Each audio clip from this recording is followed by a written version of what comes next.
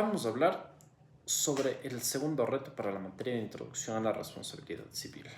Para ello, vamos a responder los temas que están dentro de este cuestionario.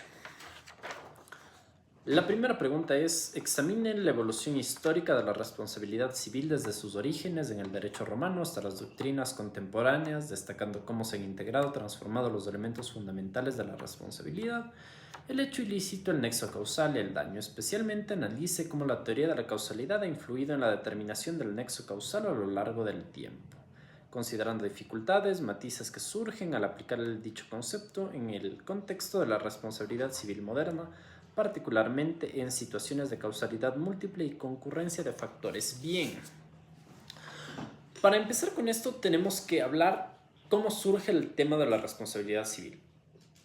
Para hablar de la responsabilidad civil es muy importante hablar de cómo los humanos comenzamos a entender el concepto de hacernos cargo de nuestros propios daños.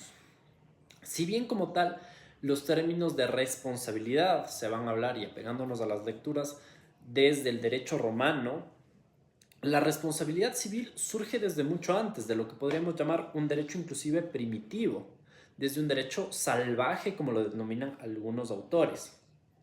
¿Qué sucedía? Siempre han existido daños.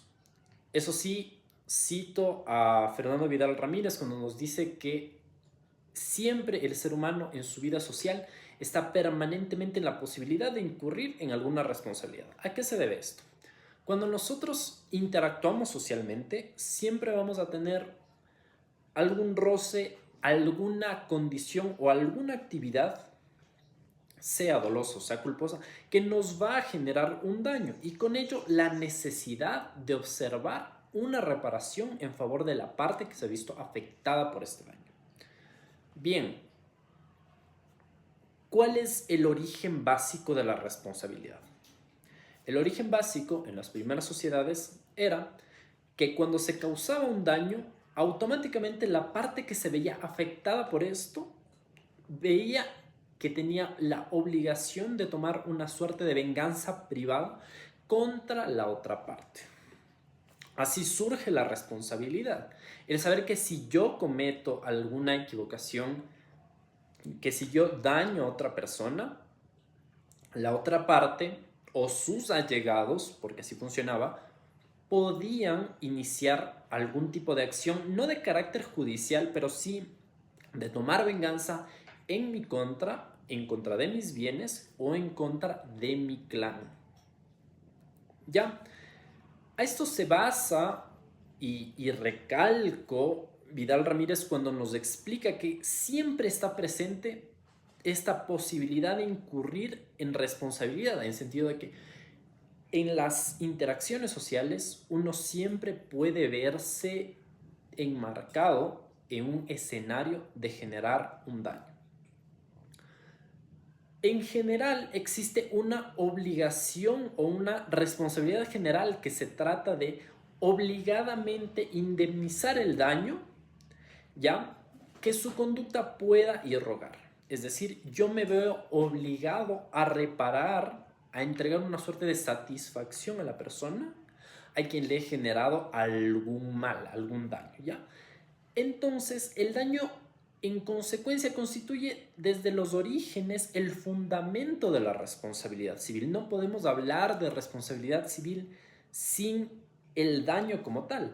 Y dentro de lo que se nos estaba hablando en el control de lectura, este es para mí y para muchos autores el más importante de los elementos de la responsabilidad, porque si no existe un daño, no tenemos que reparar en analizar los demás elementos que lo constituyen, como son, bien puestos, el hecho ilícito o el nexo causal. Ya, alejándonos un poco y también avanzando un poco en la historia, el derecho romano no es el primer derecho que trae a colación esta idea de responsabilizarme por los daños.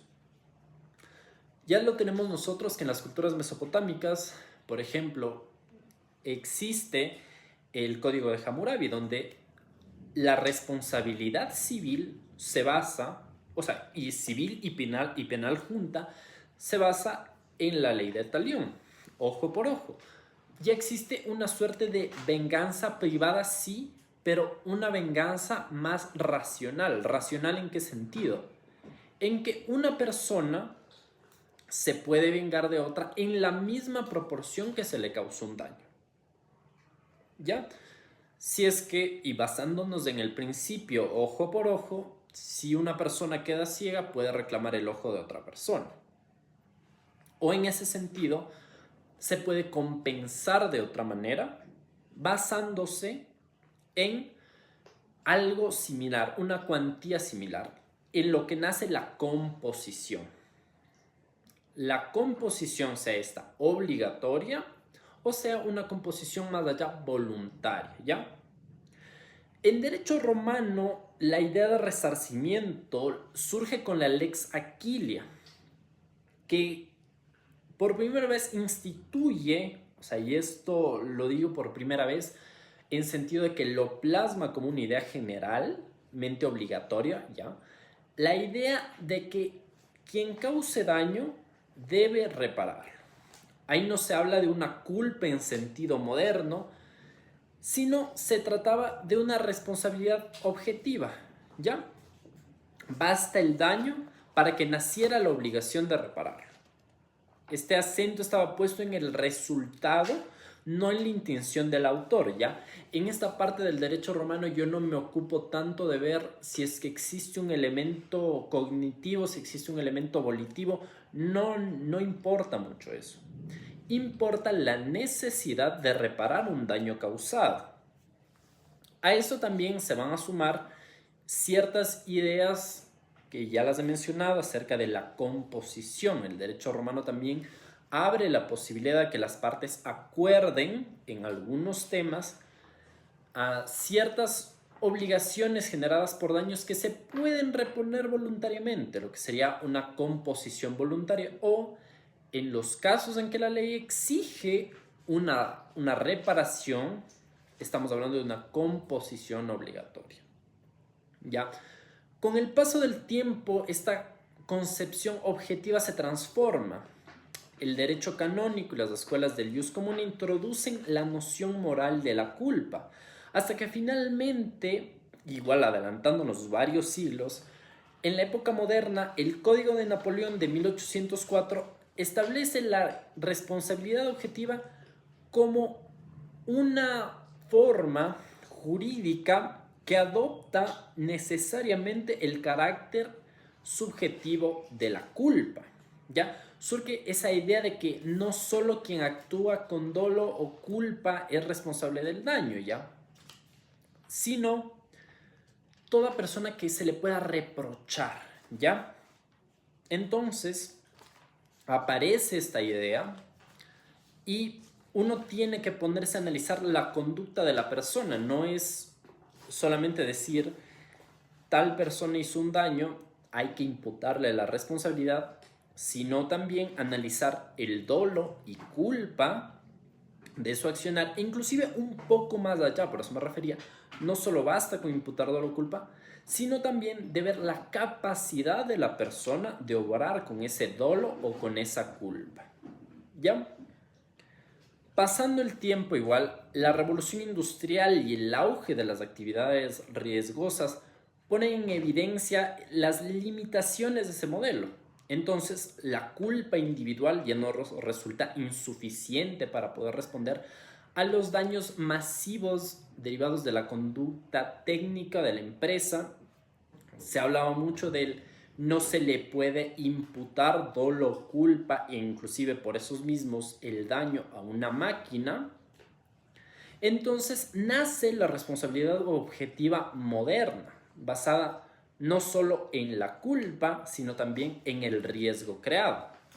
La doctrina alemana del BGB en los años 1900, influida mucho por la escuela bandectista, da un paso decisivo al considerar que lo relevante no es tanto la psicología del autor, sino este vínculo jurídico que justifica la imputación del daño. Como lo señalaba de Cossio, no es importante que el sujeto sea la causa psicofísica del daño, sino que éste le pueda y le deba ser imputado por alguna razón, sea justo, sea equitativa. ¿Qué significa? Que nos tenemos que ocupar básicamente de unir el hecho generador del daño más el elemento cognitivo volitivo con el resultado. Ya se tiene que hacer esta suerte de unión para poder imputarle efectivamente a una persona el daño del cual se le quiere pedir una reparación. Así nosotros obtenemos la evolución de los tres elementos clásicos de la responsabilidad civil. El hecho dañoso, el daño como tal y el nexo causal. ¿Ya? ¿Por qué digo el hecho dañoso? El hecho dañoso lo menciono porque se habla muchas veces del hecho ilícito. El hecho ilícito muchas veces se asocia como el delito civil. Pero fuera de eso, en el ámbito civil, se puede hablar del hecho ilícito como la conducta contraria a un deber general. ¿Cuál es el deber general de todas las personas? El deber general de no dañar, inclusive si no está tipificado o recogido en una ley. El daño, por su parte, se amplía más allá de la esfera patrimonial. Nosotros podemos hablar también de daños como tal morales. ¿Ya? En este sentido, Carmen Domínguez de Hidalgo explica que el principio de reparación integral, formulado por la doctrina francesa como todo el daño y más allá del daño, marca un punto de inflexión en la forma de cómo nosotros podemos concebir el daño. ¿Ya? A partir de este principio, el daño se configura no solo como una condición de la responsabilidad, sino también como un fundamento. ¿Ya? De modo que la única medida de reparación ha de ser la magnitud del daño. Para la doctrina moderna se entiende que la reparación no solo es una equivalencia exacta, es una compensación. Domínguez Hidalgo es bastante clara cuando dice la reparación siempre es una compensación, algo que se da para reemplazar lo perdido, aunque no alcance su valor exacto. Porque uno tiene, y esto es muy explicado, por ejemplo, en el daño moral, cuando uno no puede ponerle precio a ciertas cosas. ¿Ya? Nosotros no le podemos poner precio al honor de una persona, nosotros no le podemos poner precio a la vida de una persona, pero podemos de alguna manera tratar de compensar o de volver más llevadero el daño sufrido. ¿Ya? En todos estos casos, el elemento más complejo de la responsabilidad siempre va a ser el nexo causal. Desde el pensamiento romano hasta la dogmática actual, el hecho y el daño siempre da problemas tanto conceptuales como probatorios. La doctrina contemporánea distingue entre la causalidad fáctica y la imputación jurídica. La primera siendo la causal natural de los hechos y la segunda la atribución normativa del resultado. Según el Tratado de Responsabilidad Civil de la doctrina española, la existencia de un nexo causal entre la actividad del sujeto y el hecho dañoso ha constituido históricamente un presupuesto inexcusable de la responsabilidad civil. Aunque hoy, vuelvo y repito, no interesa tanto que este sujeto sea la causa material del daño como quien debe ser imputado por razones de justicia. El juez, por tanto, no se va a limitar a reconstruir los hechos físicos, sino a valorar si, conforme equidad, la consecuencia debe ser atribuida a una persona. ¿Ya? La imputación causal es una cuestión jurídica. ¿Ya? No es meramente empírico esto, no, para nada. Como sostiene esta misma obra, la determinación de si una conducta se integra en la etiología del hecho dañoso no constituye un fenómeno puramente material, ¿ya? Sino una cuestión de derecho que resulta a atender ciertos criterios de justicia y de equidad. ¿Ya? Esto es especialmente importante cuando nosotros, a partir del siglo XX, vamos a hablar de teorías más modernas al respecto de la causalidad. Por ejemplo, la teoría de la causalidad adecuada, para lo cual es jurídicamente relevante que, según las reglas de experiencia, sea idónea para producir un resultado. ¿Ya? Esta teoría es especialmente aceptada por la doctrina europea, que parte de un juicio de probabilidad de todos los antecedentes causales. Solo se considera causa en sentido jurídico aquel que se puede esperar a priori la producción del daño, y así deben eliminarse las causas remotas o extraordinarias. ¿Ya? Ahora, para que nosotros podamos seguir avanzando, igual con la segunda pregunta de esto, que nos habla acerca de la comprensión de los conceptos, elementos y funciones de la responsabilidad civil junto con la jurisprudencia ecuatoriana en casos de daño moral y cómo esto permite abandonar la discrecionalidad judicial en la fijación del quantum indemnizatorio y fundamentar la implementación de un sistema de baremos. Tenemos que hablar básicamente justo de estas teorías y de cómo la jurisprudencia también ha avanzado. ¿Ya? Para hablar y conceptualizar lo que es el daño moral, primero quisiera abordar los principios de la jurisprudencia española, en los cuales se ilustran cómo vale la causa jurídicamente adecuada, más no la causa físicamente más próxima, que significa que en casos de causalidad múltiple o de concurrencia de factores, el juez debe graduar la eficiencia causal de cada uno, ¿ya? Mientras que, y la teoría de la causalidad adecuada permite imputar un daño a quien, según criterio de probabilidad y normalidad, contribuyó de manera determinante al resultado. Ya. ¿Con esto qué quiero llegar? La responsabilidad civil se desplaza siempre hacia una función normativa, ¿ya? Busca identificar la causa física y establecer este vínculo jurídico que legitima el poder pedir una reparación, ¿ya? Este desarrollo conceptual influye directamente en la función contemporánea de responsabilidad civil. Originalmente había inclusive la función punitiva. Ahora tenemos la función preventiva y la función resarcitoria. Predomina generalmente la función resarcitoria, más no la preventiva o la punitiva en los conceptos de responsabilidad civil. ¿Ya? Existen sesgos actuales que buscan la prevención de futuros daños y se está hablando continuamente de la reparación integral. ¿Ya?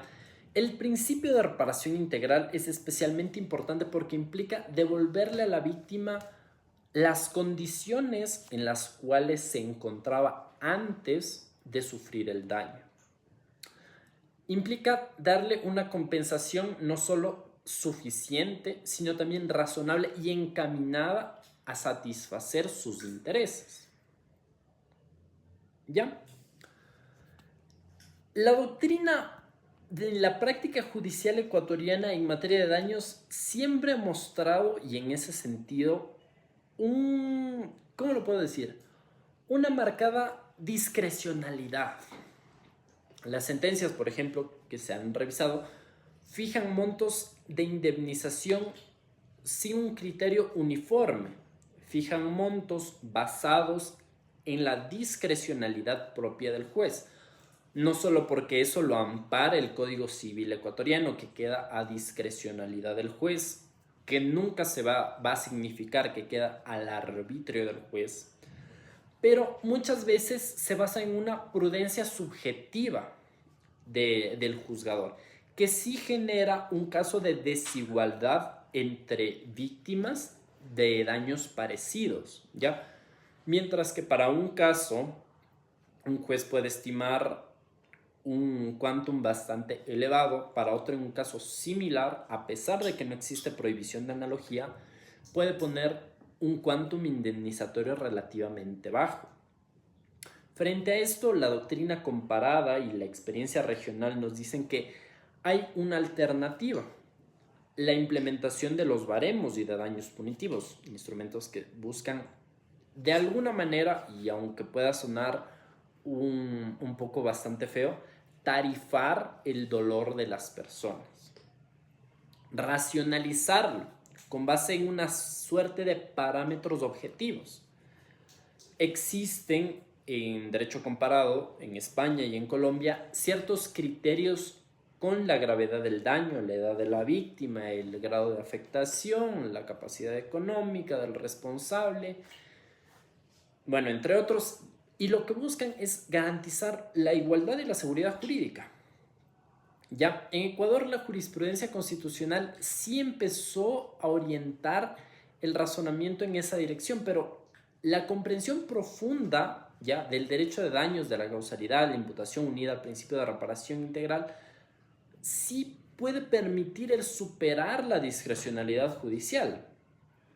Claro que esto no es algo sencillo, o sea, inclusive tenemos a nuestra norma civil, que es la más cercana, protegiendo el principio de la discrecionalidad del juez frente al principio de los baremos. ¿Ya? Hay muchos autores que sostienen que este sistema de calificación de baremos no elimina la discrecionalidad del juez. Al contrario, lo que hace es orientar las decisiones hacia una uniformidad. Puedo expresar que el derecho de daños se concibe como un mecanismo de justicia correctiva, ¿ya? Eso en sentido como dar una justicia distributiva, ¿ya? En este sentido, la orientación, inclusive los programas de baremos, buscan dar una suerte de reparación integral, ¿ya? No solo compensar el daño, sino restablecer la confianza colectiva en el sistema jurídico. En ese caso, la doctrina lo expresa con claridad, pues la reparación es para muchos el esfuerzo que el derecho da para poder otorgar la mejor compensación posible, sin garantizar y sin hacer desaparecer de modo absoluto el daño. ¿Ya? Ya para ir concluyendo, la evolución histórica de la responsabilidad civil muestra un proceso de racionalización constante, ¿ya? Los procesos tienden a simplificarse, no a complicarse más, y tratan de dar una solución bastante lógica y bastante racional a algo que a principio nos podría parecer bastante irracional, pero muy humano, como es el daño. Si bien ha habido una clara evolución, el derecho parece verse hasta cierto modo estancado cuando nosotros hablamos al respecto de cómo poder objetivizar o cómo racionalizar un tema como son los daños morales. Y en ese sentido, aunque existe en derecho comparado una pauta de cómo racionalizar y existen intentos por este, vuelvo y digo, racionamiento o racionalización del derecho de daños, todavía hay mucho camino por recorrer, todavía existen barreras las cuales se tienen que eliminar para poder efectivamente llegar al punto en el que tengamos un derecho de daños objetivo y racional. Hasta aquí.